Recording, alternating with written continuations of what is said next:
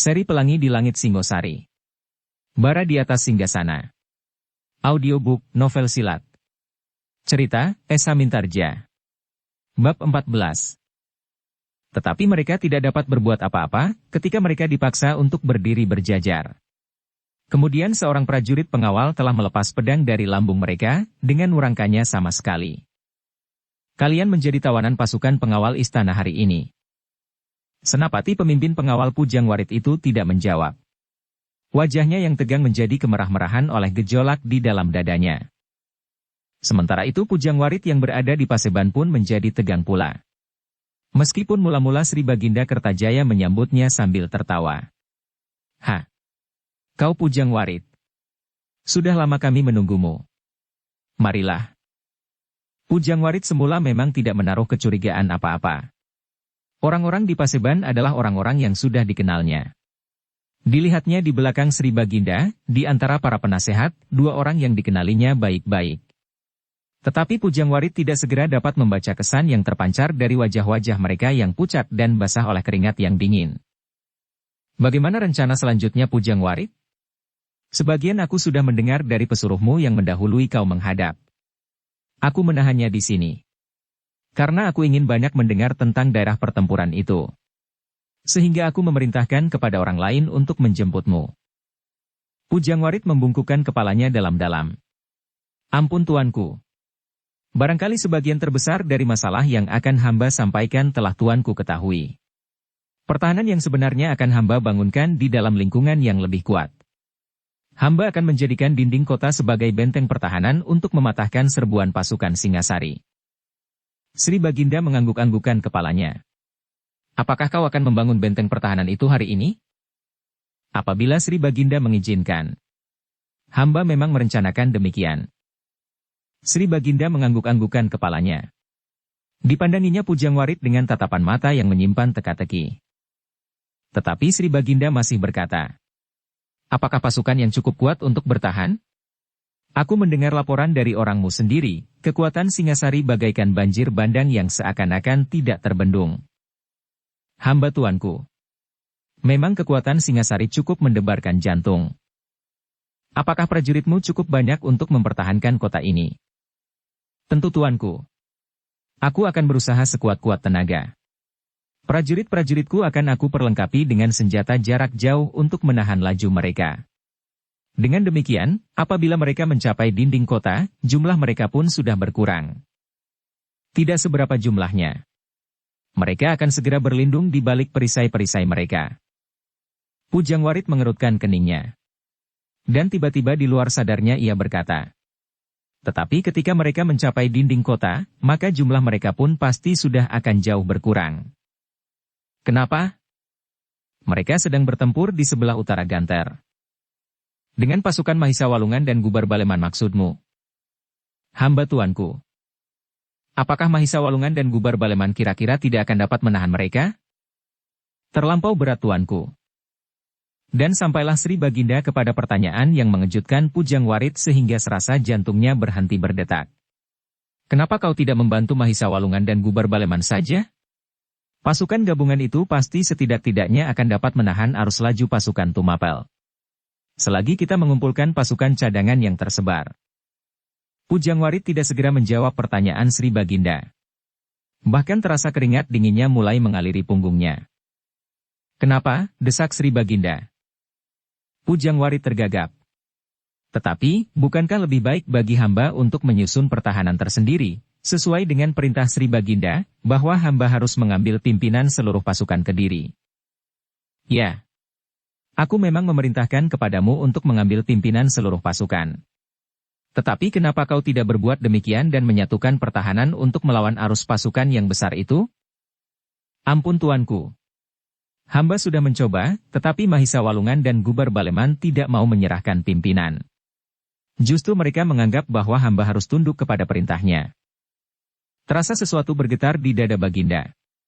Ia tidak dapat ingkar, bahwa ia pun telah melakukan kesalahan. Ia telah menyerahkan pimpinan tertinggi kepada dua tangan. Ia sampai saat terakhir masih belum dengan tegas mencabut kekuasaan Pujang Warit, sehingga akhirnya, Kediri telah terbagi. Namun demikian Sri Baginda melihat niat yang kurang baik pada Pujang Warit. Kalau Gubar Baleman dan Mahisa Walungan dengan jujur telah berusaha untuk menggabungkan kekuatan mereka, seperti yang disampaikan oleh penghubungnya, maka Pujang Warit dengan sengaja menjerumuskan kedua orang yang menjadi saingannya itu ke dalam bencana. Karena itu, maka Sri Baginda pun bertanya, "Tetapi apakah kau tidak dapat membuat suatu cara, sehingga pasukanmu dapat bergabung dengan kekuatan Mahisa Walungan dan Gubar Baleman? Misalnya, kau mengorbankan sedikit harga dirimu seperti yang telah dilakukan oleh Gubar Baleman, tetapi dengan demikian Kediri dapat diselamatkan." "Tuanku, bukankah Gubar Baleman dan Mahisa Walungan menurut tuanku adalah pengkhianat-pengkhianat? Apakah hamba harus menyerahkan pimpinan pasukan ini kepada seorang pengkhianat? Kalau mereka bersedia berjuang di dalam lingkungan perintah hamba, sesuai dengan keputusan Sri Baginda, hamba tidak akan berkeberatan." Sri Baginda mengangguk-anggukkan kepalanya. Sekali lagi ia melihat kesalahan pada dirinya sendiri. Tetapi Sri Baginda tidak mau banyak kehilangan waktu, sehingga katanya kemudian, "Pujang Warit, aku tidak dapat mengingkari kesalahanku. Tetapi siapakah yang menyebabkan aku salah menilai kesetiaan adikku dan menteriku Gubar Baleman?" Pertanyaan yang langsung itu terasa menyengat jantungnya. Ternyata bahwa Sri Baginda benar-benar sudah mencium rencananya bersama kedua penasehat itu. Ternyata kehadiran Gubar Baleman dan Mahisa Walungan di peperangan itu bukan sekedar karena Sri Baginda menjadi bingung oleh arus pasukan Singasari, tetapi justru karena Sri Baginda menyadari kekeliruannya. "Kenapa kau diam Pujang Warit?" Pujang Warit tidak segera menjawab. Tubuhnya menjadi semakin basah oleh keringatnya yang mengalir semakin deras di seluruh tubuhnya. "Jangan membisu Pujang Warit. Pada saat-saat terakhir aku mendengar semua rencanamu yang keji. Kau meninggalkan Medan sama sekali bukan karena kau yakin bahwa kau dapat menyusun pertahanan yang kuat, tetapi karena kau sengaja menjerumuskan Gubar Baleman dan Mahisa Walungan ke dalam jurang kehancuran. Kau berharap bahwa pasukan Gubar Baleman dan Mahisa Walungan akan hancur, sedang kedua senapati itu terbunuh. Kau berharap bahwa sisa-sisa pasukan Singasari tidak akan terlampau berbahaya lagi bagimu sehingga kau akan dapat menghancurkannya di tepi kota ini. Dengan demikian kau akan mendapat dua kemenangan sekaligus. Kemenangan atas Gubar Baleman dan Mahisa Walungan dan kemenangan atas Singasari. Kau akan mendapat pujian dan gelar pahlawan yang telah menyelamatkan Kediri dari kehancuran. Bukankah begitu?" Mulut Pujang Warit masih juga serasa terbungkam. Bahkan kini tubuhnya menjadi gemetar menahan perasaannya. Tidak seorang pun yang ada di dalam paseban itu berani mengangkat wajahnya. Kini Sri Baginda Kertajaya sudah sampai pada puncak kemarahannya, meskipun tampaknya ia masih mencoba mengendalikan diri. "Pujang Warit," berkata Sri Baginda. "Kenapa kau diam saja?" "Ampun tuanku," berkata Pujang Warit kemudian. "Hamba telah melakukan yang paling baik bagi Kediri menurut pendapat hamba. Juga tentang usahamu menyingkirkan Gubar Baleman dan Mahisa Walungan itu termasuk usaha terbaik bagi Kediri?" "Hamba tuanku, karena menurut penilaian hamba, keduanya sudah tidak menurut perintah tuanku. Keduanya dengan diam-diam telah membangun pertahanan di sebelah utara Ganter tidak setahu tuanku.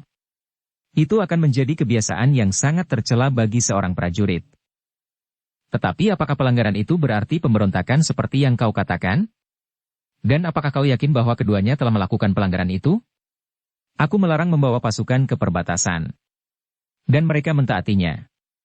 Mereka tidak membawa pasukan ke perbatasan, tetapi hanya ke sebelah utara Ganter. Tetapi membangun suatu pertahanan di luar pengetahuan tuanku, apakah hal itu dapat dibenarkan? Tentu tidak. Tetapi apakah dibenarkan untuk menyalahgunakan kepercayaanku dengan memutarbalikkan kenyataan? Apakah benar Gubar Baleman dan Mahisa Walungan tidak setia kepadaku? Hal itu, kita sama-sama tidak tahu. Hamba tidak tahu apa yang tersirat di hatinya yang paling dalam, dan tuanku pun tidak mengetahui." Darah Sri Baginda berdesir mendengar jawaban itu.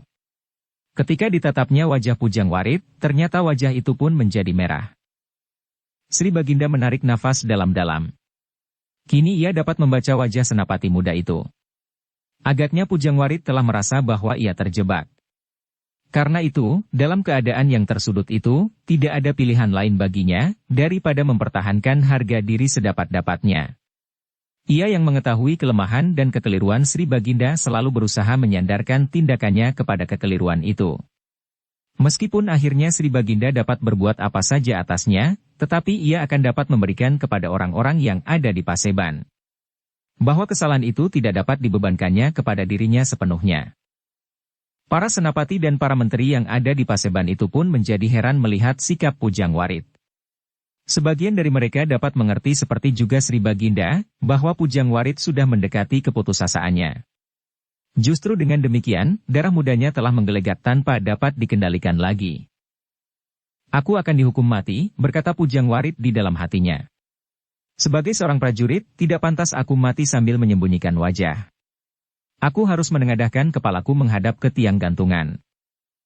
Dengan demikian maka Pujang Warit pun merasa tidak perlu lagi untuk menundukkan kepalanya sampai mencium lantai. Kini ia justru duduk dengan dada tengadah. Aku tidak akan dapat mengelak lagi, katanya pula di dalam hati. Sikap Pujang Warit itu memang mencengangkan mereka yang melihatnya. Namun mereka menjadi heran juga. Bahwa Sri Baginda masih saja membiarkannya duduk di tempatnya. Pujang Warit. Sri Baginda masih berkata wajar meskipun tampak betapa ia menahan hati. Aku tahu apa yang tersirat di hati Mahisa Walungan dan Gubar Baleman. Mahisa Walungan adalah adikku. Aku mengenalnya sejak kanak-kanak. Tetapi kenapa tuanku mempercayai hamba? Ya. Kenapa aku mempercayaimu? Apakah karena kau terlampau cerdik, atau karena aku terlampau bodoh? Sri Baginda berhenti sejenak. Lalu, sedang Gubar Baleman telah membuktikan kesetiaannya di saat-saat terakhir. Meskipun ia telah menguasai seluruh isi istana ini, untuk sekedar dapat memberikan penjelasan kepadaku, karena aku sudah tidak memberi waktu lagi kepadanya untuk berbicara. Sri Baginda berhenti sejenak untuk mengatur pernafasannya yang memburu. Tetapi ia tidak berbuat lebih lanjut. Ia tidak merampas kekuasaan dari tanganku meskipun itu dapat dilakukannya apabila ia mau. Dan tuanku justru membenarkan cara yang demikian, jawab Pujang Warit, lalu. Ternyata tuanku memang sudah tidak dapat memegang kekuasaan seperti seharusnya seorang maharaja. Terbukti bahwa para Brahmana dan pemimpin agama telah meninggalkan Kediri. Kemudian terjadi kekisruhan di dalam pimpinan keprajuritan karena tuan begitu cepat percaya. Tuanku yang di saat-saat terakhir merasa diri tuanku sebagai titisan dewa, akhirnya tuanku harus mengakui bahwa tuanku tidak lebih dari manusia biasa. Tidak seorang pun yang dapat menilai lain dari sikap Pujang Warit itu kecuali membunuh diri. Tetapi seperti yang diharapkan oleh Pujang Warit, bahwa kematiannya bukanlah kematian seekor tikus di tangan seekor kucing. Namun sikap Pujang Warit itu telah membakar dada Sri Baginda Kertajaya sebagai seorang prajurit. Meskipun selama ini Sri Baginda yang merasa dirinya sebagai pengejawantahan dewa dari langit, namun dalam keadaan yang panas, ia telah terlempar kembali ke dalam kenyataannya sebagai manusia, sebagai seorang prajurit. Itulah sebabnya maka dengan wajah yang merah Sri Baginda berkata, Pujang Warit, kau benar. Aku tidak dapat membebankan kesalahan seluruhnya kepadamu. Kau dan aku telah membuat kesalahan yang serupa, karena itu. Kau dan aku bersama-sama harus mendapat hukuman. Hukuman yang sama sebagai prajurit-prajurit Kediri. Sebagai kesatria Kediri yang jujur. Hukuman itu harus dijatuhkan kepada kita bersama-sama. Hukuman itu adalah perang tanding antara dua orang prajurit yang sama-sama bersalah. Kata-kata Sri Baginda Kertajaya itu ternyata telah mengguncangkan Paseban. Beberapa orang senapati tersentak, dan bahkan ada di antara mereka yang bergeser maju. Salah seorang dari mereka tiba-tiba saja berkata, Ampun tuanku, kenapa tuanku menjatuhkan keputusan itu? Ya, itu keputusanku. Tuanku, sebelum terlambat. Tuanku dapat menunjuk salah seorang dari kami untuk mewakili tuanku, melakukan perang tanding atas nama tuanku. Tidak. Aku berkata sepenuh kesadaranku. Tetapi itu terlampau terhormat bagi Pujang Warit yang telah dengan jelas melakukan pengkhianatan terhadap tuanku dan Kediri. Tetapi sudah aku katakan, aku pun telah bersalah. Senapati yang lain menyela. Tetapi kami adalah prajuritnya yang setia kepada Sri Baginda. Adalah sepantasnya, salah seorang dari kami dapat mewakili Sri Baginda. Sri Baginda Kertajaya mengangguk-anggukan kepalanya. Katanya, Aku sangat berterima kasih kepada kesetiaan kalian. Tetapi aku tahu bahwa akulah yang harus mendapat hukuman. Aku sebagai manusia dan prajurit seperti yang dikatakan oleh Pujang Warit. Sehingga dengan demikian maka aku adalah pribadi. Sri Baginda berhenti sejenak. Lalu, aku sama sekali tidak merendahkan kemampuan kalian. Aku tahu bahwa Senapati Kediri adalah prajurit-prajurit pilih tanding. Tetapi Pujang Warit memang mempunyai beberapa kelebihan, sehingga sepantasnya lah bahwa aku sebagai seorang prajurit harus melayaninya. Apalagi taruhannya aku tentukan pula, yaitu pimpinan tertinggi atas Kediri. Tuanku, hampir serentak mereka yang ada di Paseban berseru dengan wajah yang tegang. Nah, sediakan gelanggang di halaman Paseban ini. Cepat. Setelah perang tanding ini selesai, aku atau Pujang Warit masih harus menyelesaikan orang-orang Tumapel yang sedang berusaha menguasai seluruh daerah Kediri. Sejenak para senapati dan menteri yang ada di Paseban tidak beranjak dari tempatnya. Mereka saling berpandangan dengan penuh keraguan-raguan. Cepat, teriak Sri Baginda, lalu katanya. Tetapi aku tidak akan berbuat serupa itu dengan kedua penasihatku ini. Penasihatku yang lain kuperkenankan menyaksikan perang tanding ini. Tetapi yang dua ini harus berada di bawah pengawasan. Kalau Pujang Warit menang di dalam perang tanding ini, kalian akan bebas, dan terserah apa yang akan diputuskan oleh Pujang Warit atas kalian. Maka setiap dada pun menjadi berdebar-debar. Para pengawal di halaman pun menjadi keheranan atas keputusan itu. Belum pernah Sri Baginda begitu merendahkan dirinya, melayani perang tanding melawan seorang senapati. Aku adalah seorang prajurit, geram Baginda berulang-ulang. Tidak seorang pun yang dapat mencegah keputusan Sri Baginda. Dengan demikian, maka para prajurit yang ada, beserta para menteri pun segera membuat sebuah lingkaran di halaman sebagai arena perang tanding. Pujang Warit sendiri sebenarnya terkejut mendengar keputusan Sri Baginda. Namun karena ia yakin bahwa seandainya tidak demikian, maka ia pun akan dihukum mati, maka tantangan itu adalah jalan yang paling baik yang tersedia baginya, meskipun ia tahu bahwa Sri Baginda adalah mahaprajurit yang tidak ada bandingnya. Tetapi aku belum pernah meyakinkan kemampuan Sri Baginda, berkata Pujang Warit di dalam hatinya. Aku hanya pernah menyaksikan beberapa bentuk kelebihannya dari orang lain. Tetapi bagi Pujang Warit yang pernah berguru bertahun-tahun, semuanya itu bukanlah hal yang mengecilkan hati. Sejenak kemudian maka arena pun telah siap. Sri Baginda menuruni tangga Paseban tanpa tanda-tanda kebesaran yang biasanya tidak pernah terpisah daripadanya. Bahkan bukan saja sekedar tanda kebesaran seorang maharaja, tetapi Sri Baginda telah menganggap dirinya sebagai titisan dewa-dewa. Tetapi kini ia menuruni tangga sebagai seorang prajurit. Sebagai pribadi yang sudah siap menyelesaikan masalah pribadinya. Kesalahannya terhadap Kediri harus ditebusnya dengan perang tanding. Bagi Sri Baginda Kertajaya, hal itu merupakan suatu pengorbanan yang luar biasa. Tetapi hal itu kini dengan sadar telah dikehendakinya sendiri. Setelah semuanya siap, dan kedua orang yang akan berperang tanding itu sudah berada di arena. Maka bertanyalah Sri Baginda kepada Pujang Warit. Senjata apakah yang kau kehendaki Pujang Warit? Bagaimanapun juga, tatapan mata Sri Baginda telah membentur hati Pujang Warit, sehingga seisi dadanya serasa berguncang. Sebutkan senjata apa yang kau kehendaki. Aku akan menyesuaikan diri. Pujang Warit ragu-ragu sejenak, namun kemudian ia berkata. Terserahlah kepada Sri Baginda. Kau sudah membawa pedang di lambungmu. Apakah kau akan mempergunakan pedang? Baiklah tuanku. Hamba akan mempergunakan pedang. Sri Baginda mengangguk-anggukan kepalanya. Kemudian kepada seorang prajurit yang berdiri di pinggir arena Sri Baginda berkata. Berikan pedangmu. Tetapi, pedang ini adalah pedang seorang prajurit pengawal tuanku. Bukankah kau menerima pedang itu dari pimpinan, keprajuritan? Prajurit itu mengangguk. Hamba tuanku. Nah, berikan pedangmu. Prajurit itu ragu-ragu sejenak, namun kemudian oleh pesona yang tidak dimengertinya, maka ditariknya pedangnya, dan kemudian dengan tangan gemetar diserahkannya pedang itu kepada Sri Baginda. Terima kasih, berkata Sri Baginda. Kemudian sambil menghadap kepada Pujang Warit Sri Baginda berkata. Nah Pujang Warit, aku sekarang sudah bersenjata pedang seperti senjatamu. Marilah, kita mulai dengan hukuman yang sama-sama dibebankan kepada kita. Siapa yang menang, ia berhak atas segala-galanya di Kediri.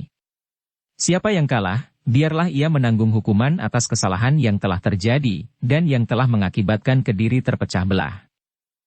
Pujang Warit masih juga ragu-ragu.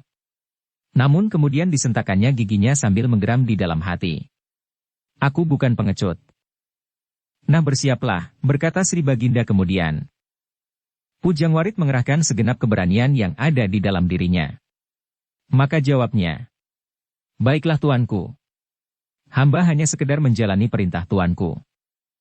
Iya, iya. Kalau kau sekarang melawan aku, ini sama sekali bukan suatu kesalahan. Justru kita sedang menentukan, siapakah yang masih mendapat perlindungan dari Yang Maha Agung. Karena sekarang aku pun sadar, bahwa aku bukannya titisan dewa-dewa seperti yang aku sangka sendiri, karena di dalam suatu ketika, aku telah dilepaskan oleh dewa-dewa tertinggi. Pujang Warit tidak menjawab, tetapi ia pun kemudian dengan tangan bergetar mencabut pedangnya pula. Pedang seorang perwira yang memiliki kemampuan pilih tanding. Sri Baginda mengerutkan keningnya. Ia melihat perbedaan jenis pedang yang dipergunakannya dan yang dipergunakan oleh senapati muda itu. Tetapi Sri Baginda tidak menghiraukannya karena Sri Baginda menyangka bahwa pedang itu adalah pedang prajurit Kediri.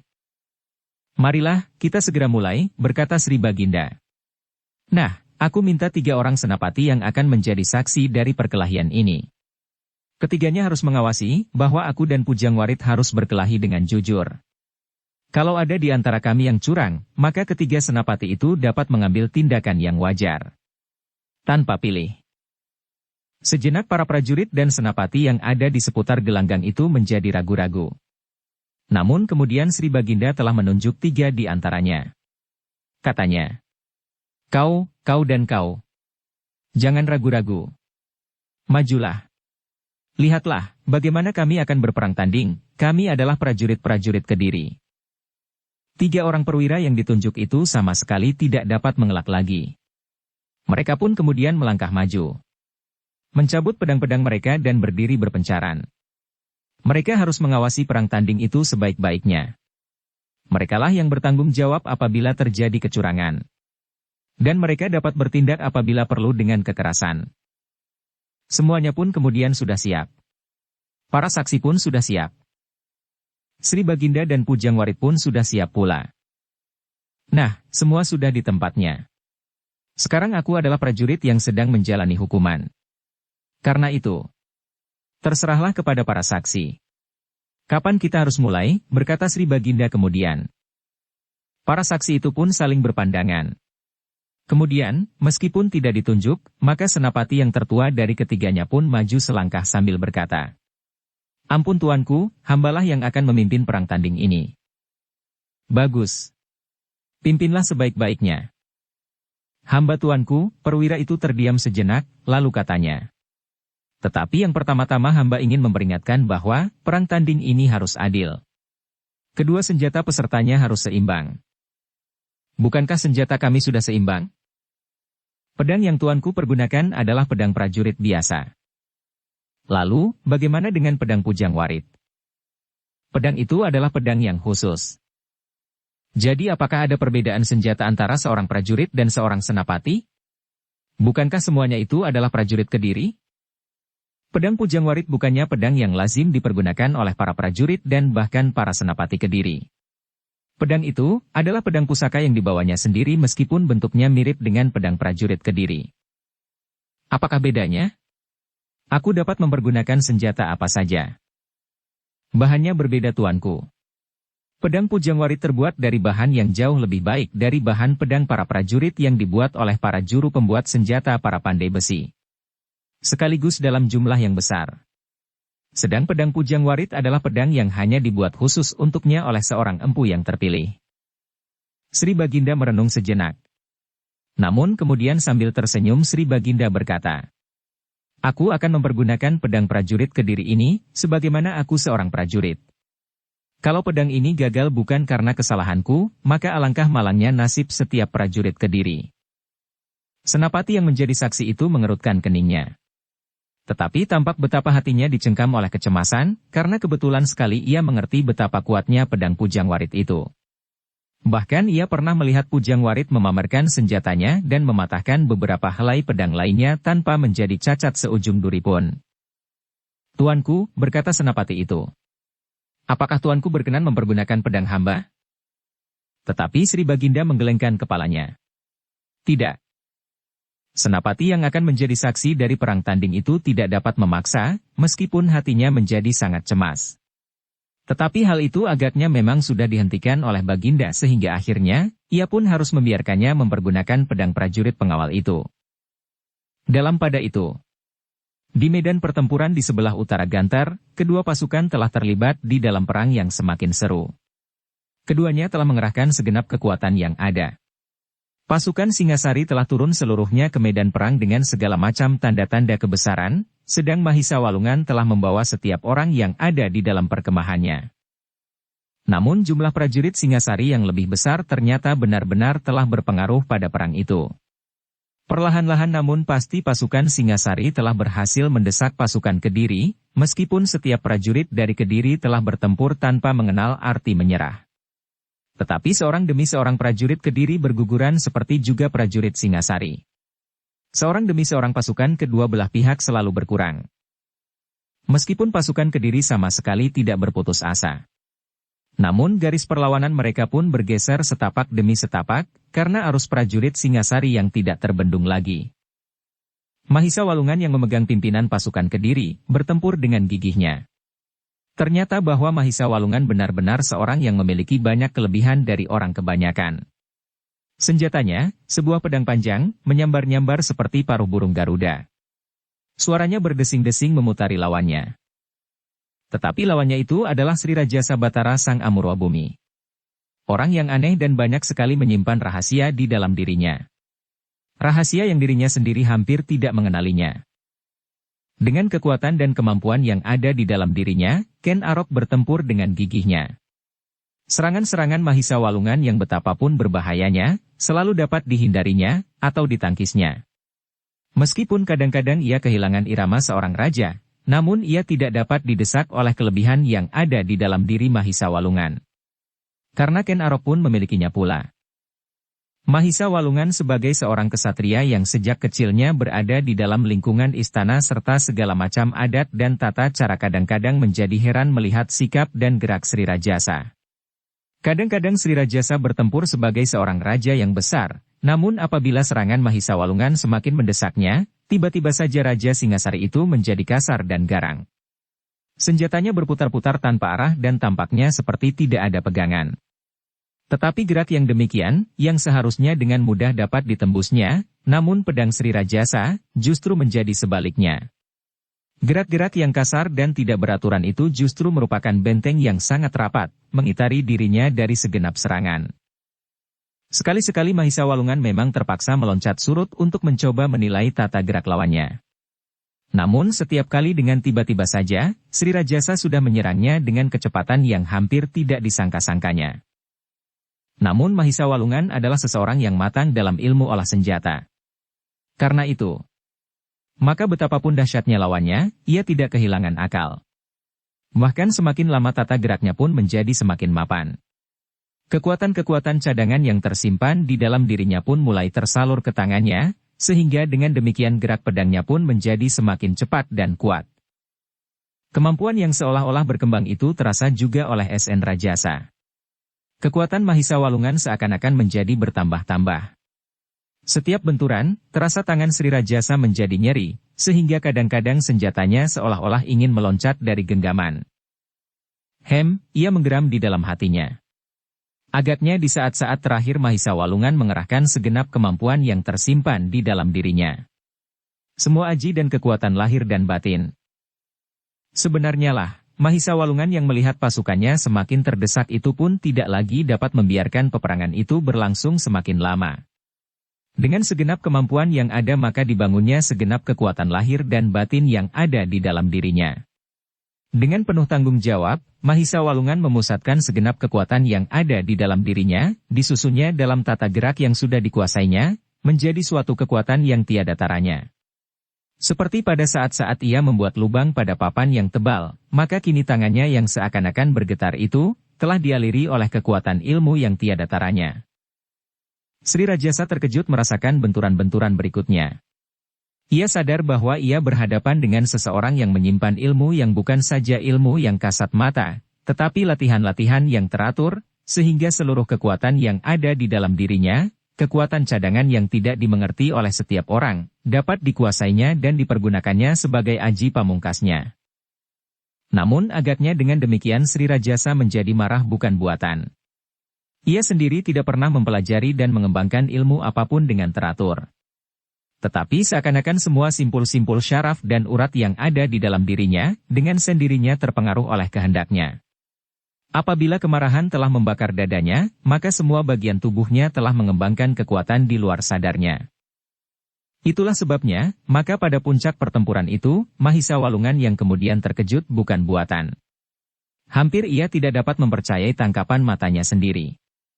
Di dalam cahaya matahari yang semakin tinggi, ia melihat bayangan yang kemerah-merahan membara di atas kepala Ken Arok, yang bergelar Sri Rajasa Batara Sang Amurwa Bumi. Dalam kemarahan yang memuncak, maka warna merah itu pun menjadi semakin nyata, meskipun hanya dapat ditangkap oleh orang-orang tertentu yang mempunyai sentuhan indera yang lebih baik dari orang-orang kebanyakan, seperti Mahisa Walungan. Namun akhirnya, Mahisa Walungan yang mempunyai pandangan yang jauh dan matang terhadap dunia raya di sekitarnya dan dunia kecil pada dirinya, segera dapat menanggapi keadaan. Sebenarnya lah bahwa lawannya bukannya manusia kebanyakan. Di sini ia melihat siapakah yang sebenarnya kekasih yang Maha Agung. Bukan karena lawannya si Rajasa adalah Sang Amurwa Bumi adalah orang yang paling dikasihi oleh dewa-dewa. Tetapi orang itu, hanya sekedar alat untuk menumbangkan ketamakan yang selama ini telah mencengkam ke diri. Bukan Kakanda Sri Kertajaya, berkata Mahisa Walungan di dalam hatinya. Agaknya Kakanda Sri Kertajaya justru telah dikutuk oleh dewa dengan perantaraan orang ini. Namun meskipun demikian, Mahisa Walungan tidak menghentikan perlawanannya. Tetapi mata hatinya seolah-olah telah melihat akhir dari peperangan ini. Karena itulah maka ia justru menjadi tenang. Dihadapinya lawannya dengan penuh kesungguhan namun pasrah kepada penciptanya yang Maha Agung. Siapapun yang telah menggerakkan Sri Rajasa, lahiriah maupun batiniah, namun semua itu pasti merupakan pengejawantahan dari kehendak yang Maha Tunggal, pusar dari semua perputaran langit dan bumi, yang besar yang meliputi alam raya dan yang kecil di dalam dirinya, namun juga yang menjadi sumber dari segala gerak dan kehendak dewa-dewa di langit yang menjadi peraganya dalam segala susunan dan kejadian. Dalam pada itu, Gubar Baleman pun telah bertempur dengan sekuat tenaganya. Sebagai seorang senapati tertinggi di samping Mahisa Walungan, maka Gubar Baleman pun adalah seorang yang pilih tanding. Berpuluh tahun ia berguru di samping latihan keprajuritan yang matang, sehingga di dalam dirinya telah tersimpan bekal yang rangkap untuk melakukan tugasnya. Dan kini ternyata bahwa ia adalah senapati yang mumpuni. Di dalam peperangan ini ternyata ia menjumpai seorang senapati Singasari yang tidak disangkanya. Sebelumnya, sebagai seorang senapati tertinggi di kerajaan Kediri, ia mengenal beberapa orang pemimpin Tumapel pada saat-saat Tunggul Ametung memegang kekuasaan, karena Tumapel termasuk daerah kekuasaan kerajaan Kediri yang besar. Tetapi Gubar Baleman belum pernah mengenal orang ini. Bersamaan dengan timbulnya Ken Arok di dalam tampuk pimpinan pemerintahan Tumapel yang kemudian menyebut dirinya Kerajaan Singasari, ternyata telah timbul pula beberapa orang perwira yang memiliki kemampuan yang tinggi. Gubar Baleman telah mendengar pula bahwa Witantra telah tersisihkan.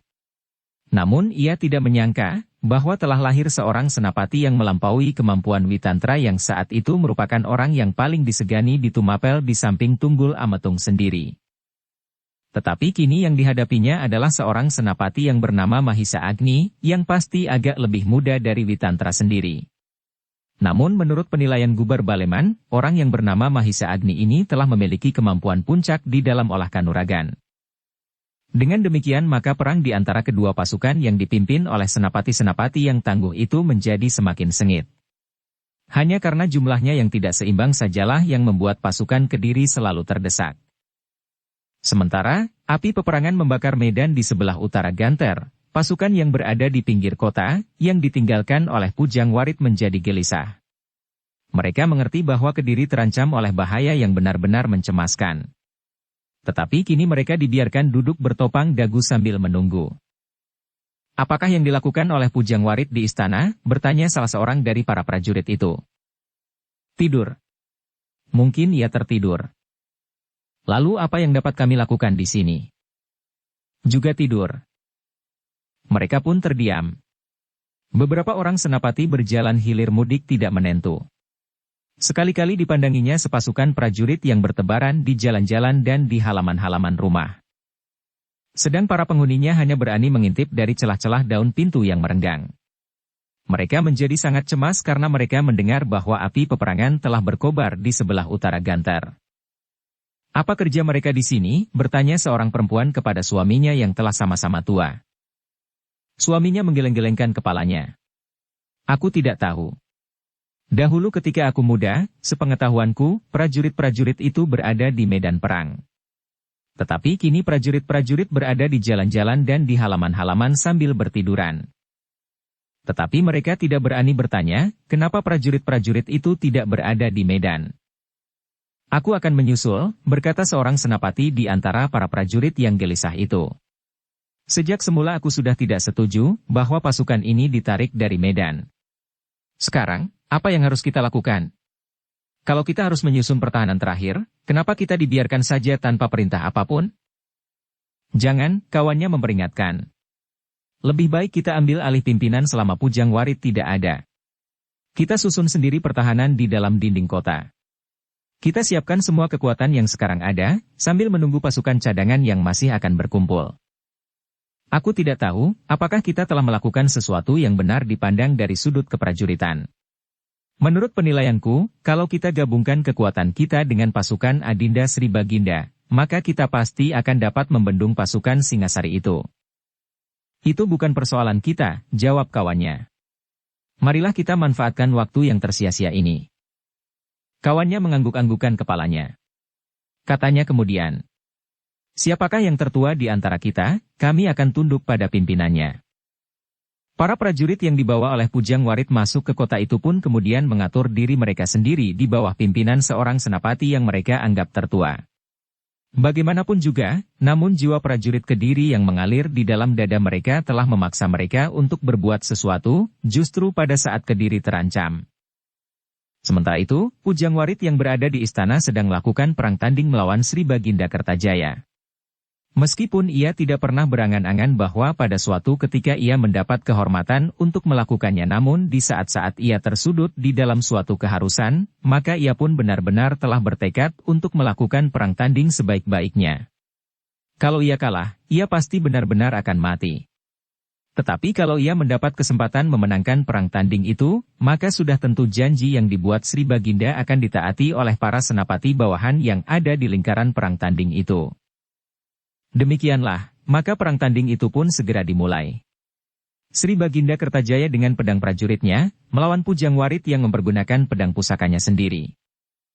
Mula-mula memang terasa canggung bagi Pujang Warit untuk berkelahi melawan Sri Baginda. Tetapi Sri Baginda yang melihat kecanggungan itu pun berkata, "Perang tanding ini harus adil.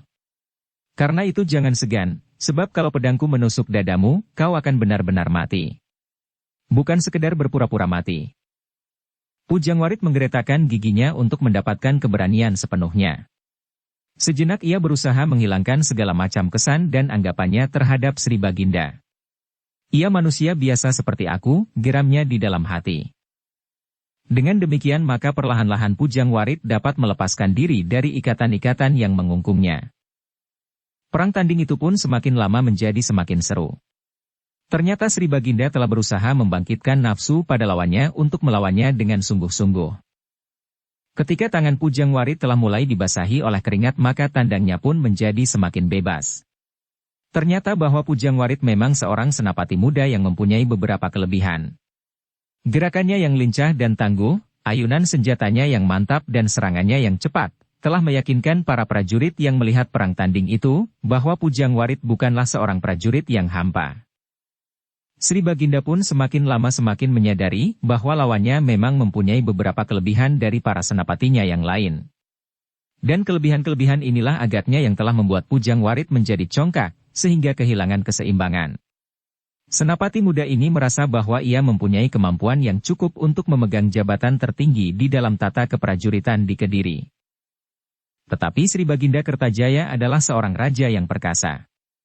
Itulah sebabnya, maka betapapun Pujang Warit berusaha menekan Sri Baginda dengan serangan-serangan yang mengalir seperti banjir, namun serangan-serangan itu hampir tidak berpengaruh sama sekali atas kedudukan Sri Baginda. Setelah perang tanding itu berjalan beberapa lama, maka tampaklah perbandingan dari keduanya. Betapapun juga Pujang Warit mengerahkan kekuatan dan kemampuannya, namun ia sama sekali tidak akan darat menembus pertahanan Sri Baginda yang serapat perisai baja. Debar di dada Pujang Warit semakin lama menjadi semakin cepat. Ternyata bahwa Sri Baginda benar-benar seorang raja yang tidak saja pandai memerintah, tetapi juga memiliki kemampuan untuk memaksakan perintahnya. Jangan sekedar bermain-main Pujang Warit. Aku bersungguh-sungguh. Anggaplah bahwa aku adalah pemangku jabatan Panglima tertinggi pasukan Kediri yang kau inginkan itu, karena sebenarnya lah bahwa Mahisa Walungan tidak ada bedanya dengan aku sendiri. Kami adalah saudara kandung dan saudara seperguruan. Ilmuku sama dengan ilmu Mahisa Walungan. Kemampuannya sama dengan kemampuanku. Bahkan ia agak lebih muda daripadaku, sehingga kekuatan jasmaniahnya masih lebih baik daripadaku. Pujang Warit menggeram. Kelincahannya tidak berhasil menembus putaran pedang Sri Baginda. Aku tidak akan dapat mengalahkannya dengan wantah, katanya di dalam hati. Sekilas terlintas di angan-angannya kekuatan yang oleh gurunya diturunkannya kepadanya. Kekuatan yang melampaui kekuatan jasmaniah yang tampak. Gurunya telah memberikan ilmu kepadanya, untuk membangunkan segenap kekuatan yang ada di dalam dirinya. Tenaga cadangan yang tersimpan, yang tidak pada setiap orang dapat dikuasai dan dipergunakan, pada Pujang Warit kekuatan itu sudah dapat dibangunkannya. Itulah sebabnya, maka ketika ia merasa bahwa ia tidak lagi berpengharapan untuk memenangkan perang tanding itu dengan cara yang wajar, maka ia pun telah bertekad untuk membangunkan ilmu yang dimilikinya dari perguruannya. Aku tidak mau mati, katanya di dalam hati. Seandainya setelah memenangkan perang tanding ini para senapati pengawal tidak mentaati taruhan Sri Baginda, apa boleh buat. Tetapi tanpa berbuat begitu pun aku akan mati pula di arena ini. Sedang mati itu tidak akan dapat terulang sampai 2 kali. Dengan demikian, maka Pujang Warit pun berketetapan hati untuk mengakhiri perang tanding itu dengan ilmunya yang dahsyat. Sejenak kemudian Pujang Warit itu pun melangkah surut. Sekejap ia memusatkan segenap kekuatan lahir dan batinnya, sehingga tampaklah seakan-akan dari ubun-ubunnya mengepul uap yang putih. Demikian mapanya ia menguasai ilmunya, sehingga ia sama sekali tidak membuang waktu terlampau banyak. Ketika kemudian ia menggeretakkan giginya, maka kekuatan pamungkasnya itu pun sudah terbangun dan mengulir di seluruh tubuhnya. Sri Baginda yang memiliki ilmu hampir sempurna segera melihat bahwa lawannya telah membangunkan ilmunya yang tertinggi. Ungkapan segenap kekuatan yang ada di dalam diri, agaknya benar-benar akan merupakan kekuatan yang luar biasa, sehingga dengan demikian Sri Baginda tidak akan dapat melawannya dengan kekuatan wajarnya. Tetapi Sri Baginda Kertajaya, Maharaja di Kediri, yang bahkan pernah merasa dirinya titisan dewa itu pun memiliki kemampuan yang melampaui kemampuan manusia kebanyakan, di saat-saat ia merasa bahwa ia tidak akan mungkin melawan puncak kekuatan dan ilmu lawannya dengan tenaga wajarnya itulah maka Sri Baginda pun segera membangunkan ilmunya yang dirasanya akan dapat melindungi dirinya. Sri Baginda Kertajaya masih belum tahu dengan pasti, betapa jauh Pujang Warit sudah berhasil menguasai dirinya sendiri. Menguasai segala kekuatan yang ada pada dirinya. Karena itu, maka Sri Baginda tidak akan mau menjadi korban penjajagannya. Itulah sebabnya, maka Sri Baginda Kertajaya pun segera mengerahkan segenap kemampuan dan kekuatan yang ada di dalam dirinya. Apalagi Sri Baginda yang telah berperang tanding beberapa waktu itu kemudian berkata kepada diri sendiri. Memang aku harus segera mengakhiri perang tanding ini, agar aku mendapat kesempatan untuk memikirkan medan di sebelah utara Gantar itu. Pujang Warit ternyata memang sudah tidak dapat diharapkan lagi. Supaya anak ini tidak akan menjadi penghalang untuk seterusnya, maka sebaiknya anak ini harus segera disingkirkan. Pada saat itulah, Pujang Warit yang kini sudah menyandang aji pamungkasnya itu pun meloncat sambil berteriak nyaring. Pedangnya terayun deras sekali langsung mengarah ke pundak Sri Baginda Kertajaya. Ayunan pedang yang dilambari oleh kekuatan yang hampir tidak terkatakan betapa besarnya. Sri Baginda Kertajaya melihat serangan yang datang dengan kekuatan raksasa itu. Karena itu, maka ia pun segera bergeser selangkah. Untuk mengetahui kekuatan Pujang Warit, maka Sri Baginda pun mengayunkan pedangnya pula, membentur pedang Pujang Warit. Sekejap kemudian terjadilah benturan itu. Benturan antara dua kekuatan raksasa yang dahsyat. Para senapati dan prajurit yang melingkari arena itu berdiri dengan mulut ternganga menyaksikan apa yang telah terjadi. Para senapati yang menjadi saksi utama dari perang tanding itu pun tegak mematung dengan tatapan mata yang tidak berkedip. Benturan itu ternyata telah menaburkan bunga api yang memercik dari kedua senjata yang sedang beradu itu. Namun ternyatalah kemudian bahwa kedua bilah pedang itu memang berbeda. Pujang Warit yang kemudian meloncat setapak surut sambil menyeringai karena sengatan yang pedih di tangannya, masih berhasil mempertahankan pedangnya. Dengan wajah yang tegang ia melihat Sri Baginda Kertajaya berdiri termangu-mangu sambil memandangi senjatanya. Ternyata pedang yang ada di dalam genggaman Sri Baginda itu telah patah di tengah. Pedang yang patah itu agaknya telah mengejutkan semua orang yang ada di sekitar arena. Para senapati yang menjadi saksi dari perang tanding itu tiba-tiba menjadi pucat. Mereka menyadari ketentuan yang berlaku, bahwa seseorang yang kehilangan senjatanya di dalam perang tanding, tidak akan mendapatkan senjata pengganti. Dan kini ternyata pedang Sri Baginda Kertajaya itu telah patah. Pujang Warit memandangi pedang yang patah itu sejenak. Sekilas tumbuh pengakuan di dalam dirinya, bahwa seandainya pedang Sri Baginda itu tidak patah, maka pedangnya sendirilah yang akan terloncat dari genggaman karena benturan kekuatan itu. Bagaimanapun juga Pujang Warit harus mengakui, bahwa kekuatan Sri Baginda masih belum dapat diimbanginya. Meskipun ia telah mengerahkan segenap kekuatan dan kekuatan cadangan yang telah dikuasainya, namun ternyata Sri Baginda masih jauh lebih perkasa. Tetapi kini pedang Sri Baginda itu telah patah. Bersamaan waktunya dengan patahnya pedang Sri Baginda, pasukan Kediri di medan perang Ganter telah terdesak jauh ke belakang. Betapa para prajurit Kediri berjuang tanpa mengenal menyerah, tetapi semakin lama semakin tampak, bahwa Singasari mempunyai cukup kemampuan untuk mendesak dan perlahan-lahan tetapi pasti menghancurkan pasukan Kediri. Mahisa Walungan yang ada di ujung pasukan, dan sedang bertempur melawan Sri Rajasa, menjadi sangat berprihatin atas korban yang berjatuhan tak terhitung lagi. Tetapi ia tidak dapat berbuat apa-apa karena lawannya sendiri adalah seorang yang aneh. Bahkan Gubar Baleman pun kemudian menjadi cemas. Apakah pasukan Kediri benar-benar akan pecah? Sebagai seorang prajurit Gubar Baleman telah berbuat sebaik-baiknya. Seorang melawan seorang Gubar Baleman ternyata dapat mengimbangi kemampuan Mahisa Agni yang perkasa.